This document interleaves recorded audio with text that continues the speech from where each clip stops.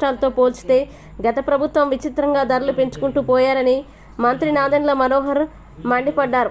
ఒకే రోజు 2 జీవోలు 128, 129 తెచ్చి ఉదయం ఉన్న రేటును మార్చుతూ సాయంత్రం మరో జీవో ఇచ్చారని గత వైసీపీ ప్రభుత్వంపై విరుచుకుపడ్డారు. మా నివేదికని కేబినెట్కి సమర్పిస్తాం. ఇందులో ముఖ్యమైన కొన్ని సూచనలు, అసలు కొత్త పాలసీ ఎందుకు తీసుకురావాల్సి వస్తుంది, ఇన్నోవేటివ్గా ఎందుకు ఉండాల్సి వస్తుంది అనే అంశం పైన మేము ముందుగా చర్చించుకుంటే ఒక బాధ్యత గల ప్రభుత్వంగా ఒక కొత్త ఒరవడి, కొత్త మార్పు తీసుకొచ్చే ఆలోచనతో ముందుగా ప్రజల ఆరోగ్యం గురించి జాగ్రత్తగా మనం అడుగులు వేయాలి. అట్ ద సేమ్ టైం గత 5 సంవత్సరాల్లో వీళ్ళు మెయింటైన్ చేసిన ఇన్కన్సిస్టెంట్ పాలసీ వలన, తప్పుడు విధానం వలన రాష్ట్రం ఎంత ఆర్థికంగా నష్టపోయిందో, ఏ విధంగా ఎక్సైజ్ పాలసీని వీళ్ళు కేవలం వాళ్ళ జేబుల నుంచి కూడా నింపుకోవడానికి కోసం ఉపయోగించుకున్నారో దాని గురించి కూడా స్పష్టంగా మేము అధ్యయనం చేసినప్పుడు మాకే ఆశ్చర్యం కలిగింది. ఇతర రాష్ట్రాలతో పోల్చుకుంటే పొరుగు రాష్ట్రాలు తెలంగాణ కానివ్వండి, కర్ణాటక కానివ్వండి, తమిళనాడు కానివ్వండి, చాలా విచిత్రంగా వీళ్ళు ధరలు పెంచుకుంటూ పోయి వాళ్ళకి నచ్చిన వ్యక్తులనే ప్రమోట్ చేసుకుంటూ, ఒక రోజైతే ఆశ్చర్యకరంగా ఒకే రోజు 2 జియోస్ కూడా రిలీజ్ చేశారు వీళ్ళు. ఉదయం పూట ఒక రేటు, మధ్యాహ్నం కల్లా ఆ రేట్ని 100% పెంచుతూ మరొక జియో రిలీజ్ చేశారు. జియో నంబర్ 128 మరియు జియో నంబర్ 129. సో ప్రజల్లో చైతన్యం తీసుకురావాలి. కొత్త విధానం వలన ఏ విధంగా ఒక మార్పు తీసుకురాగలుగుతాం రాష్ట్రంలో. కూటమి ప్రభుత్వం ఏర్పడిన తర్వాత ఎలక్షన్లప్పుడు మేము చేసిన వాగ్దానాలని జాగ్రత్తగా స్టడీ చేసి ఈ విధానం ద్వారా ఖచ్చితంగా ఎన్ఫోర్స్మెంట్ ఇంకా మెరుగే విధంగా, ఎవరైతే దీనికి బానిసలయ్యారో వాళ్ళని అక్కడి నుంచి దూరం చేయడానికి కోసం స్పెసిఫిక్గా డీఅడిక్షన్ సెంటర్స్, కౌన్సిలింగ్ సెంటర్స్, వాళ్ళకి అందించాల్సిన ఆరోగ్యపరంగా మేము అందించాల్సిన సహాయం, వీటన్నిటిపై కేంద్రం ప్రకటించిన ఖేలో ఇండియా పథకంలో భాగంగా నర్సీపట్నంలో మల్టీపర్పస్ ఇండోర్ స్టేడియం నిర్మాణానికి ఏర్పాట్లు స్పీకర్ అయ్యన్న పాత్రుడు చేపట్టారు. ఈ ప్రాజెక్టుకు సంబంధించిన డిపిఆర్ తయారు చేయడానికి వచ్చిన అధికార యంత్రాంగం స్థల పరిశీలన అనంతరం విలేకరులతో మాట్లాడుతూ స్పీకర్ అయ్యన్న పాత్రుడు గారు, ఈ ప్రాజెక్టులో స్పోర్ట్స్ శిక్షణ సంస్థ కూడా ఉంటుంది. ఇతర జిల్లాల నుంచి క్రీడాకారులు ఇక్కడికి వచ్చి శిక్షణ పొందే వీలుంటుందన్నారు. ఇండోర్ గేమ్స్ కోసం అన్ని అవసరమైన ఏర్పాట్లు చేయనున్నట్లు తెలిపారు. ఎంపీ సీఎం రమేష్ సహకారంతో ఈ పనులు పూర్తి చేశాం అని ఆయన చెప్పారు. అందరికీ నమస్కారం అండి. నర్సీపట్నంలో చాలా రోజుల నుంచి నా కోరిక ఏంటంటే ఇండోర్ స్టేడియం కట్టాలనేటువంటి కోరిక ఉండేది. లాస్ట్ టైం మన గవర్నమెంట్ ఉన్నప్పుడు, నేను ఆర్ఎన్బి మినిస్టర్గా ఉన్నప్పుడు ఇక్కడ ఇండోర్ స్టేడియం శాంక్షన్ చేసాం. ఇక్కడ ఫౌండేషన్ కూడా ఇస్తాం ఇక్కడ. అయితే మళ్ళీ గవర్నమెంట్ మారిపోయిన తర్వాత వాళ్ళు పట్టించుకోలేదు. ఆ ఫండ్స్ అన్ని ల్యాప్స్ అయిపోయాయి. అప్పటి నుంచి మళ్ళీ ఇక్కడ కట్టాలని కోరుకోవద్దు, కానీ మనకు అవకాశం ఈ మధ్యన వచ్చింది మనకి. నేను ఈ మధ్యన కేంద్ర ప్రభుత్వం వారు ఖేలో ఇండియా అని ఒక స్కీమ్ పెట్టారు భారతదేశం మొత్తం.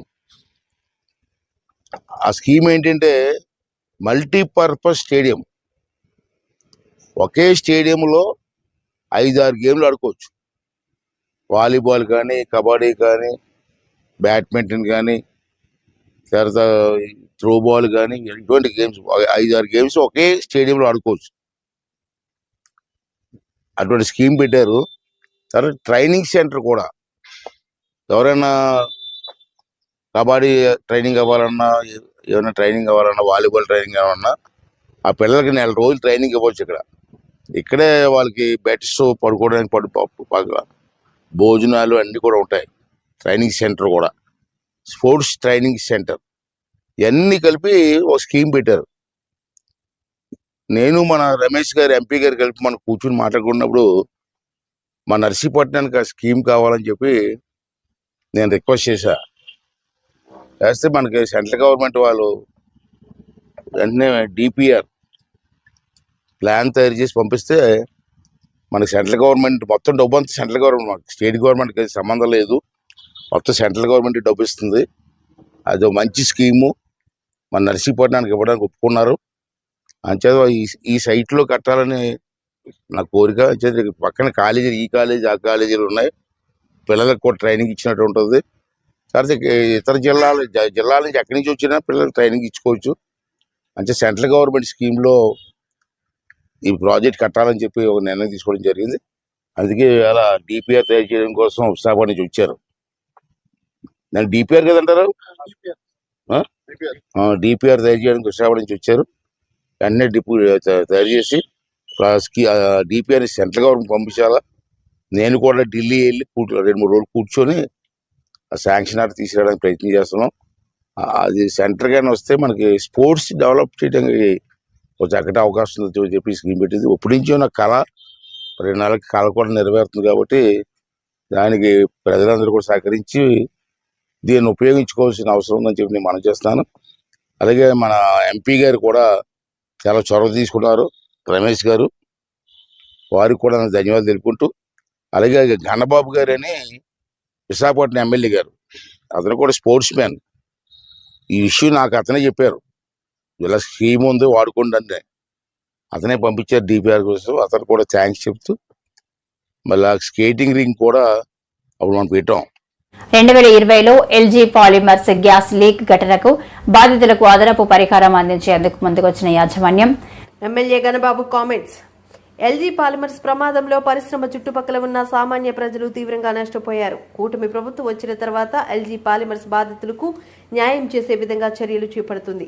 కొరియా ప్రతినిధులు సీఎం చంద్రబాబు నాయుడు కలవడానికి వచ్చినప్పుడు ఎల్జీ పాలిమర్స్ బాధితులకు న్యాయం చేయాలని కోరారు. బాధిత గ్రామాల ప్రజలు అనారోగ్య సమస్యలతో తీవ్ర ఇబ్బందులు పడుతున్నారు. గత వైసీపీ ప్రభుత్వం ఎల్జీ పాలిమర్స్ బాధిత గ్రామాల ప్రజలకు ఇచ్చిన హామీలను నెరవేర్చలేదు. ఎల్జీ పాలిమర్స్ బాధిత గ్రామ ప్రజలకు విద్య, వైద్యం పాటు సురక్షిత మంచినీటిని అందిస్తాము.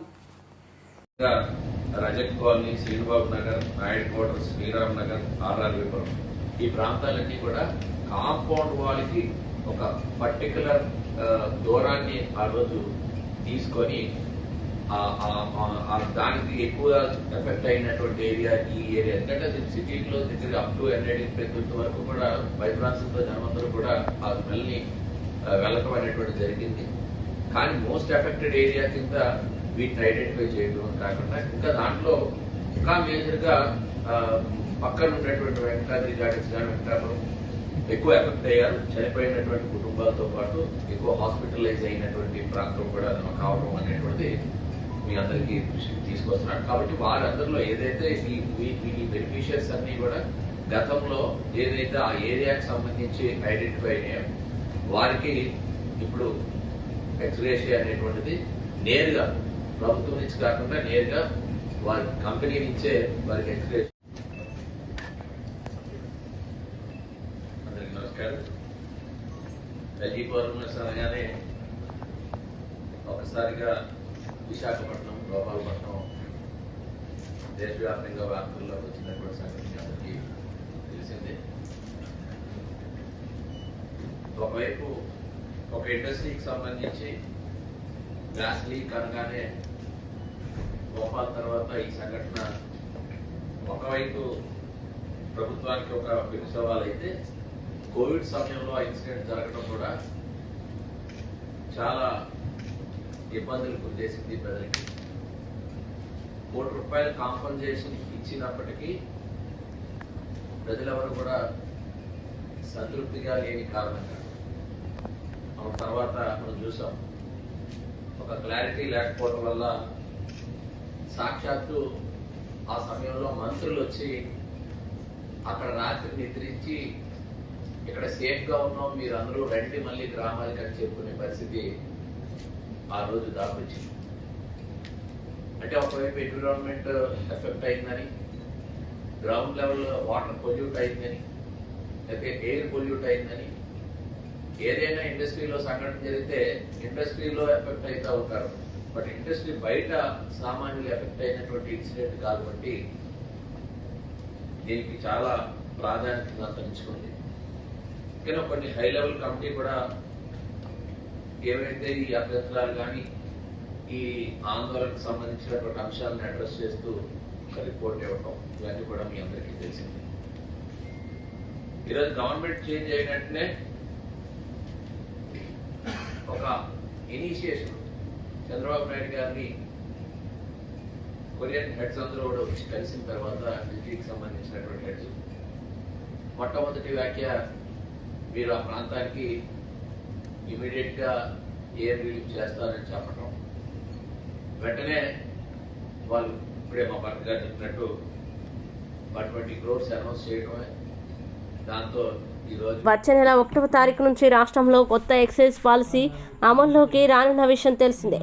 ఈ క్రమంలో నూతన ఎక్సైజ్ పాలసీపై మంత్రివర్గ ఉపసంఘం మీడియా సమావేశం నిర్వహించింది. కొల్లు రవీంద్ర, నాదెండ్ల మనోహర్, సత్యకుమార్, కొండపల్లి శ్రీనివాసుల సంయుక్త మీడియా సమావేశం నిర్వహించారు. ఈ సందర్భంగా మంత్రి కొల్లు రవీంద్ర మాట్లాడుతూ వాటిని మాత్రమే అవైలబుల్గా ఆ షాప్స్లో ఏర్పాటు చేసి విచ్చలవిడిగా పేరుకి చెప్పారు. ఎన్నికల్లో కూడా హామీ ఇచ్చారు. వెళ్ళిన దగ్గరల్లా మద్యపాన నిషేధం చేస్తా అని చెప్పి 2019 ఎన్నికల్లో రకరకాలుగా మాయమాటలు చెప్పారు. ఆ రోజున వచ్చిన వెంటనే దశల వారీగా తగ్గిస్తామని చెప్పి దశల వారీగా మద్య విధానాన్ని ఎత్తేస్తాం, కేవలం 5 స్టార్ హోటల్స్కే పరిమితం చేస్తా ఉన్నారు. రేట్లు విచ్చలవిడిగా పెంచేశారు. ఏమన్నంటే మద్య వినియోగం తగ్గుద్దని చెప్పారు. ఆ రోజున విపరీతమైనటువంటి రేట్లు, సామాన్యుడికి ఇక అప్పులు చేసి పుస్తులమ్మి తాగే పరిస్థితికి తీసుకొచ్చారు. ఆ రోజున అదంతా దోపిడీ చేశారు. ప్రభుత్వానికి వచ్చిన ఆదాయం ఇదంతా కూడా వాళ్ళ జేబులో పోయినాయి. అసలు సంబంధం లేనటువంటి వ్యక్తులను తీసుకొచ్చి డిప్యుటేషన్ మీద చాలా ఇంపార్టెంట్ ప్లేస్లో డిప్యుటేషన్ మీద తీసుకొచ్చి పెట్టారు. అర్హత లేనటువంటి వ్యక్తిని. కొన్ని అతనికి అర్హత ఉందా అంటే అర్హత లేదు. అలాంటి వ్యక్తిని తీసుకొచ్చి వాళ్ళు ఇష్టం వచ్చినట్టు నడిపించుకోవడం కోసం టోటల్ వ్యవస్థనే భ్రష్టు పట్టించారు. బ్రాండ్స్ కూడా కంపెనీలన్నీ వెనక్కి వెళ్ళిపోయినాయి. మల్టీనేషనల్ కంపెనీలన్నీ వెనక్కి వెళ్ళిపోయినాయి. రెన్యూల్ చేయలే, వాళ్ళని డిమాండ్ చేయటం, ఇవన్నీ కూడా తట్టుకోలేక వాళ్ళందరూ కూడా డ్రాప్ అయిపోయారు. నాసి రకమైనటువంటి బ్రాండ్స్ తెచ్చి ప్రజల ఆరోగ్యాలతో చాలామంది అనారోగ్యం పాలై చాలామంది మృత్యువాత పడ్డారు. అనారోగ్యంలో కిడ్నీలు పోయినాయి, లివర్లు పోయినాయి, పెరాలసిస్, స్ట్రోక్, ఇవన్నీ కూడా చాలా పెద్ద ఎత్తున కేసెస్ పెరిగిపోయినాయి. ఇదే కాకుండా వాళ్ళ విధానాల్ని అమలు చేసుకునే దాంట్లో డిస్టిలరీస్ను కూడా వాళ్ళ చేతిలో తీసుకున్నారు. డిస్టిలరీస్ వ్యవస్థలు మొత్తాన్ని కూడా వాళ్ళ చేతిలో తీసుకున్నారు. వాళ్ళు చెప్పిన బ్రాండ్స్ మాత్రమే. కనీసం షాప్కి వెళ్ళి ఏ బ్రాండ్ అడిగే పరిస్థితి లేదు. 150 ఉందా, 200 ఉందా, ఇదే పరిస్థితి. దాని మీద మేము 5 సంవత్సరాలు మేము అనేక సార్లు పోరాటం కూడా చేశాం. ఇలాంటి అక్రమ మద్య విధానం వల్ల దాదాపు 19,000 కోట్ల రూపాయలు రాష్ట్ర ఖజానాకి రావాల్సినటువంటి నిధులు వాళ్ళ సొంత జేబులకు పోయినాయి. వీళ్ళు చేసినటువంటి అక్రమ విధానాన్ని వల్ల. పక్క రాష్ట్రాలు చూస్తే, ఎందుకంటే ఇవి తాగలేక ఇల్సిట్కి వెళ్ళిపోయారు. నాటుసారా, అదేవిధంగా NDP, non duty paid liquor, పక్క రాష్ట్రాల నుంచి అటు తెలంగాణ, అటు కర్ణాటక, తమిళనాడు రాష్ట్రాల నుంచి, ఒరిస్సా రాష్ట్రాల నుంచి విపరీతంగా వచ్చి ఇదంతా కూడా ప్రభుత్వానికి రావాల్సినటువంటి ఆదాయం బయటపోయింది. ప్రజలు అనారోగ్యం పాలైపోయారు. ఇల్సిట్ లిక్కర్ కూడా విపరీతంగా. ఇది ఎవరికి లాభంతో అందరికీ తెలుసు. సత్యకుమార్, గత ప్రభుత్వం తెచ్చిన ఎక్సైజ్ పాలసీ ఎవరికి లాభం కలిగిందో అందరికీ తెలుసని మంత్రి సత్యకుమార్ అన్నారు. గత ప్రభుత్వం నాణ్యత లేని మద్యాన్ని సరఫరా చేసి వారి ఆరోగ్యంతోనూ చెలగాటమాడారని మండిపడ్డారు. 2019-2024 మధ్య ప్రజల ఆరోగ్యం మద్యం వల్ల ఎంతో దెబ్బతిందన్నారు. పెరిగితే 2019 నుంచి 2024 దాకా అది 56,000కు పోయింది. ప్రభుత్వ ఆసుపత్రుల్లో లెక్కల ప్రకారమే ఇలా ఉంటే ప్రైవేట్ ఆసుపత్రులను కలుపుకుంటే ఎలా ఉంటుందో మనం అర్థం చేసుకోవాలి. అంటే సులాభం కోసం, సొంత ఖజానాన్ని నింపుకోవడం కోసం ఇన్ని వేల మంది పేదల ప్రజలతో గత ప్రభుత్వం, జగన్మోహన్ రెడ్డి గారి ప్రభుత్వం జే బ్రాండ్లు తీసుకొచ్చి ఆటలాడుకుంది. కొన్ని వేల కుటుంబాలు రోడ్డున పడ్డాయి, కొన్ని వేల అక్క చెల్లెల పుస్తెలు తెగాయి. ఇటువంటి దుర్మార్గపు ఎక్సైజ్ పాలసీని తీసుకొచ్చి ఊరు పేరు లేని, నాణ్యత లేని మద్యం సరఫరా చేయడం వల్ల ఇవన్నీ జరిగిన విషయం అందరికీ తెలిసిన విషయమే. అందుకనే ప్రభుత్వం కొత్త ఎక్సైజ్ పాలసీలో ముఖ్యంగా ముఖ్యమంత్రి గారు ఆరోగ్యానికి భద్రత కల్పించాలి, ఇస్తున్న మద్యాన్ని ఎలక్షన్ సందర్భంలో హామీలో ఒకటైన నాణ్యమైన మద్యాన్ని సరసమైన ధరకు అందిస్తామని చెప్పడం జరిగింది. దానిలోనే ప్రధానంగా దాని మీద దృష్టి పెట్టే వాళ్ళ మద్యం పాలసీని తీసుకురావడం జరిగింది. ఈ ప్రధానంగా ఇంకో సమస్య ఏంటంటే గత ప్రభుత్వం ఏపీ బెవరేజెస్ కార్పొరేషన్ తీసుకొచ్చి దాని మీద కూడా భవిష్యత్తులో వచ్చే ఆదాయం మీద 13,000 కోట్ల అప్పు తెచ్చింది. ఈ ప్రభుత్వం మీద ఆ 13,000 కోట్లని, అంటే అన్ని వ్యవస్థల్ని, అన్ని రంగాల్ని దోచుకొని చివరికి మందుబాబుల విషయంలో కూడా దోచుకునే ప్రయత్నానికి ఇట్లాంటి శ్రీకారం చుట్టడం, ఇటువంటి ఆలోచనలు మామూలు మనుషులకు రావు. అదేదో శక్తులు ఉన్న వాళ్ళకే వస్తాయి, ఏ రకంగా దేంట్లో అవినీతికి పాల్పడవచ్చు అని. ఆ భారం కూడా ఇప్పుడు కొత్త ప్రభుత్వం మీద పెట్టింది. ఒకవైపు ఆ 13,000 కోట్లు అప్పు చెల్లించాలా, డెట్ సర్వీస్ ఉంటుంది, రెండో వైపు నాణ్యమైన మద్యం తక్కువ ధరకి సరఫరా చేయాలా, ప్రజల ఆరోగ్యాన్ని సంరక్షించుకోవాలా. ఇవన్నీ దృష్టిలో పెట్టుకొని కొత్త మద్యం పాలసీని తీసుకురావడం జరిగింది. అదే సమయంలో పక్క రాష్ట్రాలతో కూడా పోటీ పడాలా, ఉన్న రాష్ట్రాలతో పోటీ పడుతూ ఇవాళ ఒక మద్యం పాలసీని తీసుకురావాల్సి వచ్చింది. అందుకే అనేక రాష్ట్రాల్లో బెస్ట్ ప్రాక్టీసెస్ ఏమున్నాయో అందుబాటులో వాటిని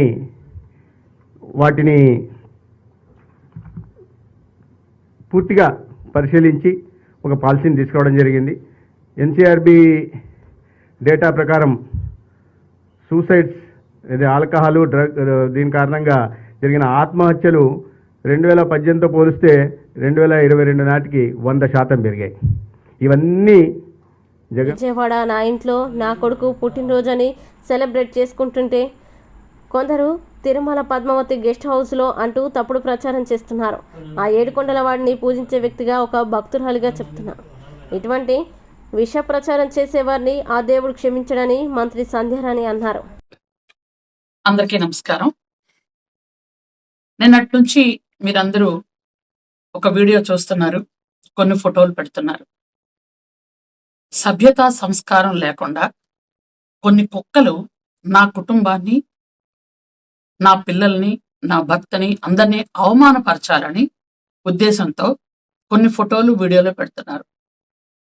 నేను ఈ కుక్కల్ని పట్టించుకోవటం ఎందుకులే అని 2 రోజుల నుంచి దానికి సమాధానం చెప్పకూడదు అనుకున్నాను. కానీ నన్ను అభిమానించే వాళ్ళు కొంతమంది అసలు విషయం ఏంటో తెలియక కంగారు పడుతున్నారు. అందుకనే ఈ వివరణ నేను ఇస్తున్నాను. ఈ నెల ఇవి పెడుతున్నారు, కానీ ఆగస్టు 29వ తేదీ నా కొడుకు పుట్టినరోజు. ఆ రోజు నా ఇంట్లో విజయవాడలో నా కొడుకు నేను పార్టీ చేసుకున్నాం. నా కుటుంబం, నా పిల్లలు, నా భర్త, మొత్తం అందరం కలిపి భోజనాలు చేసుకున్నాం. పిల్లలు డాన్సులు చేసుకున్నారు. 29వ తేదీ ఆగస్టు విజయవాడ నా ఇంట్లో జరిగింది. అది తర్వాత 31వ తేదీన మేము తిరుపతి కొండ నడుచుకుంటూ ఎక్కాం. 1వ తేదీ ఉదయం తిరుపతిలో దర్శనం అయింది మాకు. ఆ రోజు రాత్రి మళ్ళీ విజయవాడ వరదల కారణంగా నారా చంద్రబాబు నాయుడు గారు పూర్తిగా కలెక్టరేట్లో ఉండిపోతున్నారని నైటే నేను ఇక్కడికి వచ్చేసాను. అయితే తిరుపతిలో నేను పద్మావతి గెస్ట్ హౌస్లో ఉన్న అసలు సందర్భాలే లేవు.